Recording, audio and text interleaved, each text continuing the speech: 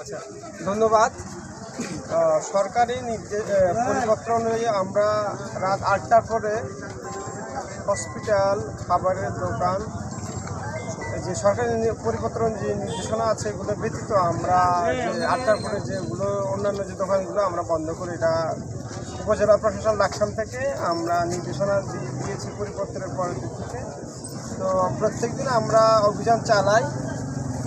তো যারা সহযোগিতা করে তারা 8টার মধ্যে বন্ধ করে, আর যারা অনেকে দেখা গেল যে তারা সরকারি আদেশ অমান্য করছে, সেক্ষেত্রে আমরা কয়েকদিন আগে আমরা জরিমানা করেছি সরকারি আদেশ অমান্য করার অনুযায়ী। কিন্তু তারপরেও যেহেতু তারা সহযোগিতা করছে না, সেই জন্য আমরা আজকে 8টা দোকানে বিদ্যুৎ সংযোগ বিচ্ছিন্ন করি।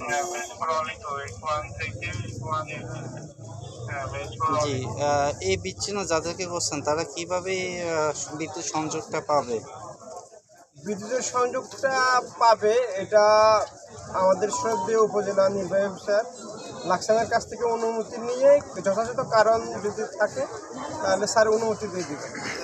এভাবে কি চলমান থাকবে? এটা চলমান থাকবে যতক্ষণ পর্যন্ত অন্য আদেশ না আসা পর্যন্ত এটা চলমান থাকবে। আর কোনো কঠোর কোনো অবস্থান আপনারা যাচ্ছেন কিনা? আমরা তো যেহেতু সরকারি আদেশ এটা পরিপত্র দিয়েছে, আমাদের তো সবার সহযোগিতা করা দরকার। সরকার তো যেহেতু এটা পরিবেশ পরিস্থিতি অনুযায়ী চলতে হচ্ছে, এটা সবার এটা সহযোগিতা কাম্য আর কি। আর তারপরে আমরা দোকান বন্ধ চাই আর কি।